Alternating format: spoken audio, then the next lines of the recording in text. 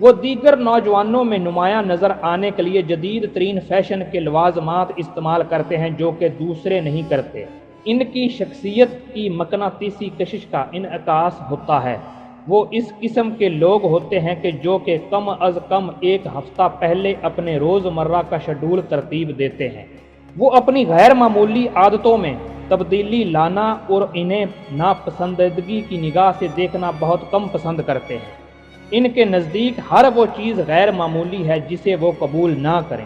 خوش قسمتی سے وہ چند افیئرز کے بعد اپنے سماجی اور جنسی معیارات کو ڈھیل دے دیتے ہیں۔ جدی افراد کسی کا احترام نہیں کرتے جتنا کہ ماضی کا۔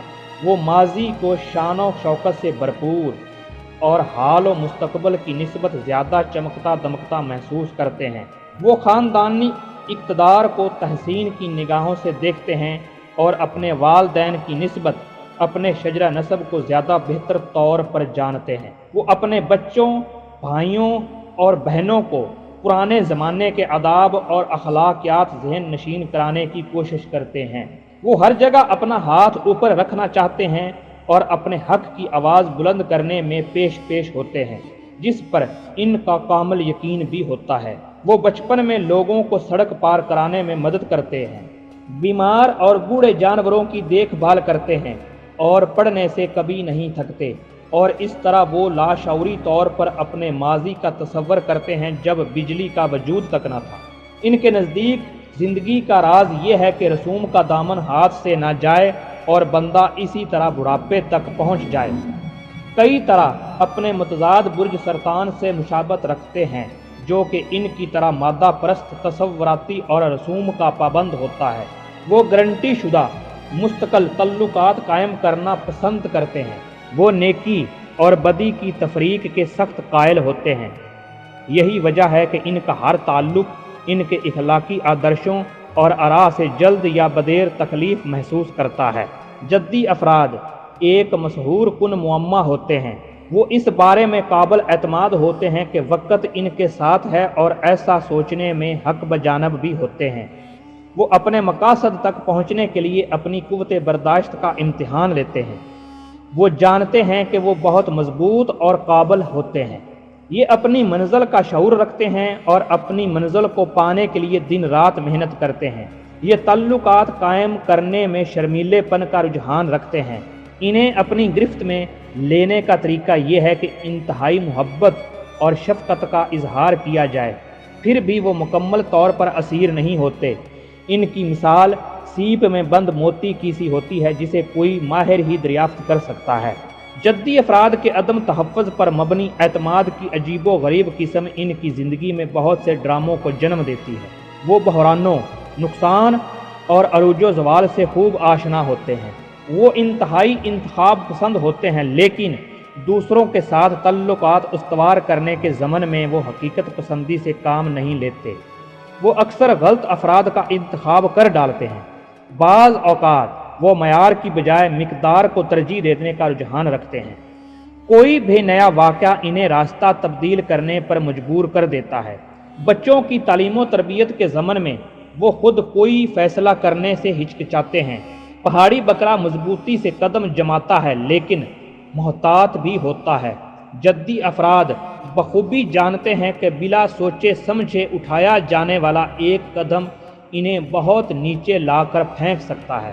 جدی افراد بہت احتیاط سے قدم جماتے ہوئے آگے بڑھتے ہیں۔ جدی افراد کو چاہیے کہ انسانی تعلقات کے حوالے سے کچھ نپے تلے خطرات مول لیں اور سکور گننے کی کوشش مت کریں۔ ان کے حاکم سیارے زحل کا قانون آفاق انصاف ہے اور جدی افراد اس سے محروم نہ رہیں۔ جدی عورت برج جدی پر سیارہ زحل حکومت کرتا ہے۔ زحل روایتی طور پر فرض، ذمہ داری اور تاخیر سے تعلق رکھتا ہے۔ یہ ایک پر اسرار سیارہ تصور کیا جاتا ہے۔ چونکہ جدی کا حکمران سیارہ حکومت اور انصاف کی خصوصیات رکھتا ہے، اس لیے جدی عورت خود بھی غیر متعصب اور منصف مزاج ہوتی ہے۔ جدی عورت اپنے قول و فعل میں تناسب کی بنا پر قبولیت پاتی ہے۔ مثبت ہونے کی صورت میں وہ دنیا کی ہر چوٹی سر کر سکتی ہے، جبکہ منفی ہونے کی صورت میں اسے اپنے آگے ایک طویل جنگ سار جدوجہد کی توقع کرنا پڑتی ہے۔ جدی عورت عموماً سنجیدہ اور تنہا خواب دیکھنے والی عورت ہوتی ہے۔ دولت اور عزت اس کے لیے بہت اہمیت رکھتی ہے۔ وہ عموماً تحفظ، نظم و ضبط، آئیڈیل اور خوبصورت بچوں کی شیدائی ہوتی ہے۔ وہ سرپرائز سے بھرپور ہوتی ہے۔ تعلقات میں جدی عورت کا سب سے بڑا چیلنج یہ ہے کہ وہ لوگوں پر اعتماد کرے اور اپنی خود حفاظتی کی رکاوٹوں کو دور کرے۔ وہ لوگوں سے نقصان کی توقع کرتے ہوئے دفاعی انداز اختیار کر جاتی ہے۔ تنہائی اور خوف کا چکر، محبت کی ضرورت، روکے جانے کا خوف اور موٹاپے کا خوف روایتی جدی عورت کا نمونہ ہے۔ بہرحال وہ مستقل مزاج عورت ہے اور اپنے حقوق کے ساتھ ساتھ فرائض بھی احسن انجام دیتی ہے۔ بعض جدی عورتوں میں اپنے سے بڑی عمر کے افراد کو پسند کرنے کا رجحان پایا جاتا ہے۔ وہ ایسے جیون ساتھی کو پسند کرتی ہے جو ایک معزز شہری اور اپنے فیلڈ میں سرگرم عمل ہونے کے ساتھ ساتھ ایک وفادار اور جذباتی اور قوت برداشت کا مالک ہو۔ جدی عورت چیزوں کو روح کی گہرائیوں سے محسوس کرتی ہے۔ ناظرین، یہ تھی برج جدی کے حامل افراد کی خصوصیات۔ یقیناً میری یہ کاوش آپ لوگوں کو ضرور پسند آئی ہوگی۔ دعاؤں میں ضرور یاد رکھیے گا۔ آپ کی دعاؤں کا طلبگار محمد ندیم قیصر۔